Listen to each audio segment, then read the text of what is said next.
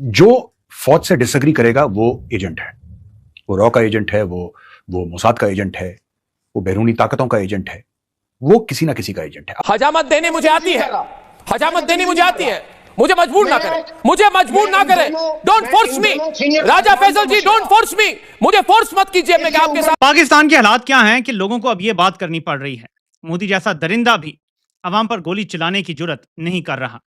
इससे अंदाजा लगाएं हमारा वाला ज़हनी मरीज किस हद तक सफाक है। इन्हें फलस्तीन के मुसलमानों की भी फिक्र है, इन्हें इंडिया में जो मुस्लिम्स हैं उनकी भी फिक्र है, लेकिन उइगर मुस्लिम्स की बात नहीं करते जो चाइना में है।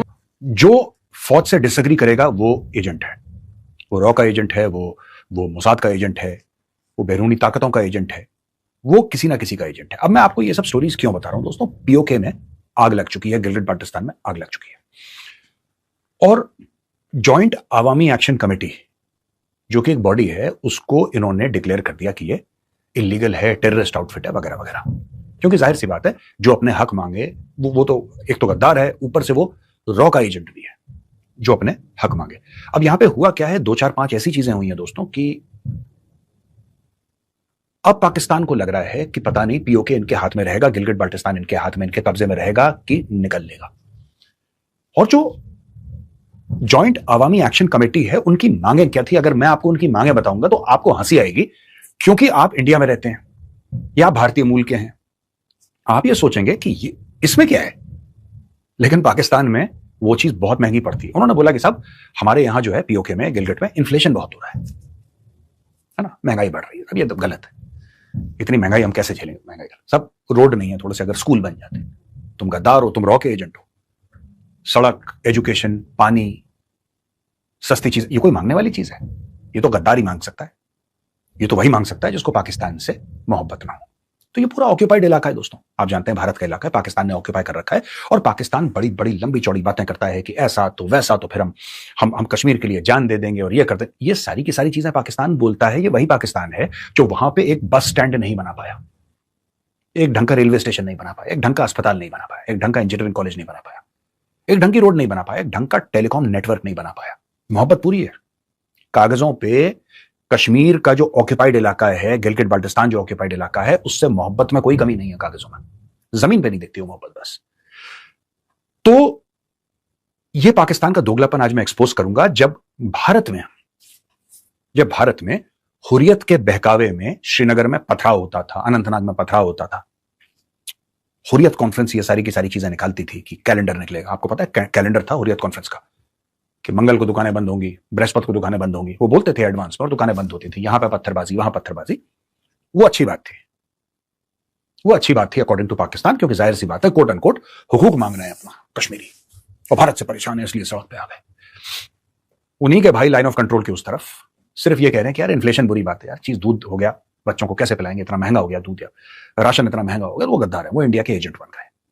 तो ये सारी की सारी चीजें चल रही है। वहां पे होने चुनाव, ठीक है जी, वहां होने चुनाव। इंडिया ने इन चुनाव को कर दिया कंडेम। इंडिया ने बोला कि क्या ड्रामा है यार, ये क्या ड्रामा है, कोई चुनाव नहीं होगा, गलत है, हम डिसएग्री करते हैं, ये ऑक्यूपाइड इलाका है, ये भारत में मिलना चाहिए, पीओके और गिलगिट बाल्टिस्तान। तो पाकिस्तान ने बोला कि नहीं नहीं, इंडिया कैसे बोल सकता है ये। अवामी एक्शन कमेटी की तरफ से एक ऐलान किया गया है।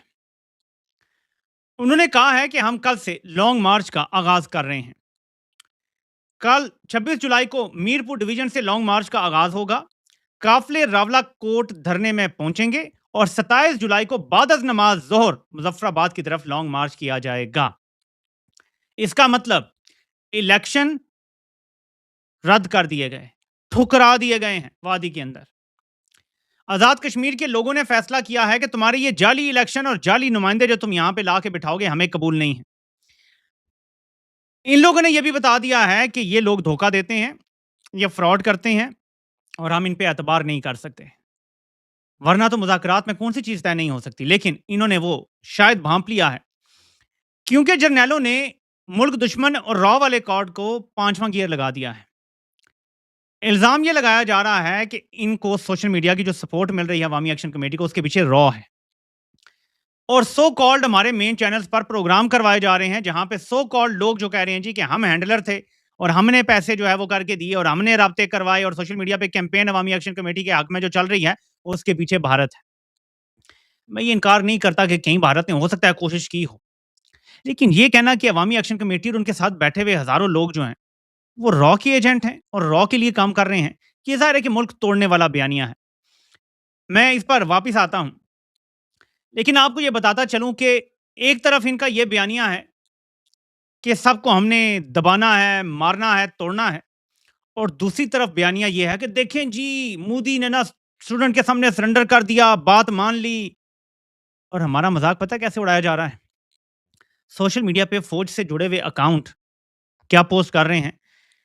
मीम्स बना के पोस्ट कर रहे हैं कि पाकिस्तान में जेन ज़ी क्यों नहीं निकलती, और फिर साथ गाने लगाते हैं कि डाला आ जाएगा, उठा के ले जाएगा। ये इसको फ़ख्र से बयान करते हैं। तो एक तरफ तो अवामी एक्शन कमेटी ने यह कर दिया कि इलेक्शन भी मुस्तरद हो गए, लॉन्ग मार्च का भी ऐलान हो गया, और ये वो वजह थी कि मैं पीटीआई के आज़ाद कश्मीर के इलेक्शन का बायकॉट करने के पूरी तरह हक में नहीं था। उसकी एक वजह थी और बुनियादी वजह यही थी। ये फैसला ठीक साबित हुआ, शायद वक्त ने किया, और जाहिर है कि हर बात जो है वो 100% ठीक साबित नहीं होती, कि बायकॉट करना ही शायद अवाम के साथ खड़ा होना था और बेहतर फैसला था। लेकिन एक जो नुकता था जिस पर मैं अभी भी खड़ा हूं, कि फौज के लिए आज़ाद कश्मीर का इलेक्शन चोरी करना बड़ा मुश्किल हो जाता, लेकिन चोरी तो उन्होंने करना था। देखें, उनके लिए तो ईस्ट पाकिस्तान में भी हालात ठीक नहीं थे ना, लेकिन उन्होंने तोड़ दिया मुल्क, किया वही जो उनकी मर्जी थी। तो फौज ने करना तो वही था जो उनकी मर्जी है, लेकिन जब इलेक्शन चोरी करते ना तो अवामी रद्देमल जितना अब है इससे ज्यादा बढ़ जाना था।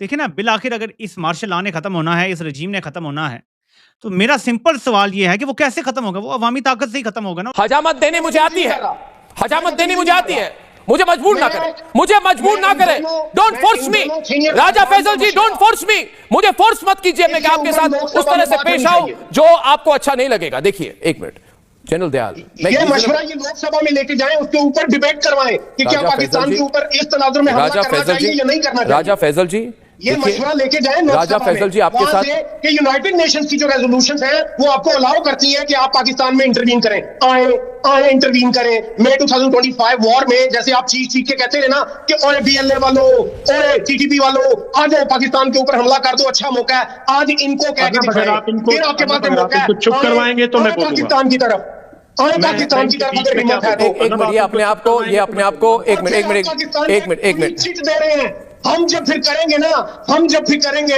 क्योंकि लाइन ऑफ कंट्रोल के उस तरफ जो कुछ हो रहा है वो हमसे भी देखा नहीं जाता। फिर जब हम करेंगे ना तो फिर हम वो सब कुछ भी यूएन की रेजोल्यूशंस के मुताबिक करेंगे। फिर आप चीखते हुए वॉशिंगटन में राजा एक मिनट, मैं जनरल दयाल कुछ कहेंगे उससे पहले मैं सबको एक बात मैं आपको कहना चाहता हूं। आप मूवीज बन रही है ना, जी, वो जो लोग कंसर्न है ना, थैंक यू राजा एक मिनट, राजा इतनी अंग्रेजी मत बोलिए भाई, अंग्रेजी हमें भी आती है, मैं बस एक कह रहा। राजा आप एक यूनिक तरह के इंसान है, वॉल्यूम डाउन। आप अपने आप को मोकैम्बो समझते हैं, थोड़ी आपकी सिमिलरिटी भी है। मोकैम्बो वाला जो कैरेक्टर है अमरीश पुरी जी ने किया था, मोकैम्बो है ना, मगर आप मोकैम्बो नहीं है। आप 1973 में एक मूवी निकली थी शोले, उसमें असरानी ने कहा था हम अंग्रेजों के जमाने के जेलर हैं। वो जो उनका बोलने का तरीका था, है ना, और आपका तरीका बड़ा सिमिलर है। तो आप अपने आप को मोकैम्बो समझते हैं, मगर आप वही असरानी वाले कैरेक्टर हैं जो शोले में 1973 में दिखते थे। इसलिए जब आप गुस्सा करते हैं ना मुझे हंसी आती है, आप जब गुस्सा करते हैं मुझे हंसी आती है। जब ये शोमेला जी एनीवे, जनरल दयाल अभी देखिए, ये पाकिस्तानी कंबल ओढ़कर घी पीने में माहिर है। अब हमें क्या करना चाहिए? जनरल बख्शी कह रहे हैं कि हमें जरूरती सामान जो है, दवाई है, खाना है, पानी है, आटा है, हमें भेजना चाहिए। और हमने वेनेजुएला का इतना हेल्प किया, अभी भी वहां पे भारतीय फौज की वहां पे एक टुकड़ी वहां पे है जो हेल्प कर रही है इस वक्त वेनेजुएला में। तो क्या हम पीओके के लोगों को हेल्प नहीं कर सकते? जनरल बख्शी साहब। अर्नब देखिए, मेरा मानना बहुत स्पष्ट है जी। 1971 की वॉर के बाद, 72 शिमला एग्रीमेंट के बाद यूएन रेजोल्यूशन का कोई अहमियत नहीं है। भारत की पार्लियामेंट एक ट्रूथ कह चुकी है कि पीओके हमारा पार्ट है, हमारा अंग है, हमारा अपना स्टेट है जी।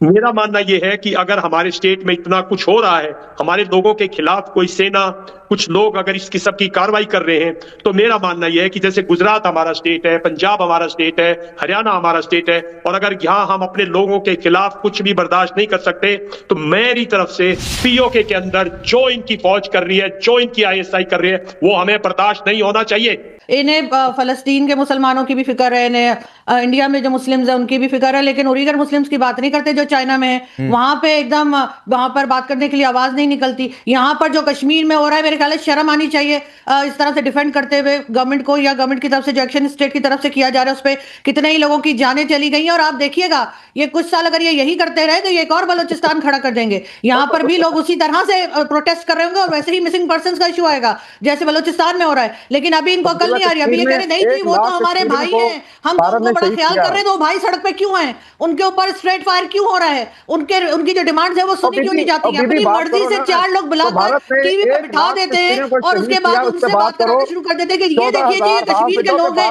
और जो इनके अगेंस्ट बात करेगा, जो अपने राइट की बात करेगा उसको टेररिस्ट कह देंगे। लेकिन हाफिज सईद टेररिस्ट नहीं है, मसूद अजहर टेररिस्ट नहीं है, और ना ही पंजाब में कोई एक्शन होगा। मुझे तो समझ नहीं आती कि आखिर लोग चाहते क्या है कि कश्मीर के साथ क्या हो। जो बातें ये भारत के लिए किया करते थे कि इंटरनेट बंद है, मोबाइल सर्विस बंद है, वहां पे लॉकडाउन चल रहा है, वो सब कुछ इस वक्त हमारे कश्मीर में हो रहा है, लेकिन किसी को कोई ख्याल नहीं है। दीदी 2 इलेक्शन कमेटी आ चुकी है, इंशाल्लाह शांति होगी, इलेक्शन में जा रहे हैं। 1 लाख कश्मीरी शहीद हुए। ऑक्युपाइड कश्मीर में बात करो ना, आपके मुंह में फिर ऐसी चली जाती है। आप बात करें 14,000 विडोज हैं, हाफ विडोज कश्मीर की, ऑक्युपाइड कश्मीर की। आप बात करें 14,000 बच्चे गायब हैं। ज्यादा उरीगर मुस्लिम्स की बात कर लें, वहां पे मस्जिदें तोड़ी जा रही हैं, मोहम्मद नौन नहीं रखने दे रहे हैं, मुसलमानों को दबाए जा रहे हैं, लेकिन चाइना से क्योंकि पैसा पकड़ते हैं तो आपकी आवाज नहीं निकलेगी चाइना के लिए। हाँ, आप कश्मीर के लिए चले जाएंगे, आप गजा के लिए चले जाएंगे, आपको अपने यहाँ पता है क्या हो रहा है, आपको पता है बलोचिस्तान में क्या हो रहा है, आपको पता है सिंध में क्या हो रहा है, आपको मालूम है यहाँ पर क्या हो रहा है। पहले यहाँ की तो फिक्र कर लें, आपको पता है केपीके में क्या हो रहा है, आपको पता है अफगान बॉर्डर के साथ क्या हो रहा है, आपका आधा पाकिस्तान इस वक्त जल रहा है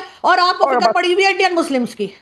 5 साल से सुन रहे हैं ये सारी नॉनसेंस जो है। पाकिस्तान इज गोइंग टू से इंशाल्लाह। हम भी आपकी नॉनसेंस पिछले कई सालों से सुन रहे हैं। तो हमारे भी सुन रहे हैं, 10 साल जो से सुन रहे हैं। तमाशा खड़ा किया हुआ है ना पाकिस्तान में, हम भी कई सालों से सुन रहे हैं सर, बर्दाश्त कर रहे हैं, आप भी बर्दाश्त कीजिए।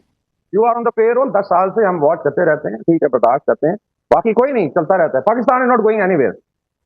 नहीं कहीं जाए भी नहीं। ब्रिगेडियर वकार, ब्रिगेडियर वकार, पाकिस्तान कहीं जाए नहीं। कूड़ेदान एक निश्चित जगह पर रखा जाता है, डस्टबिन की जगह चेंज नहीं की जाती है।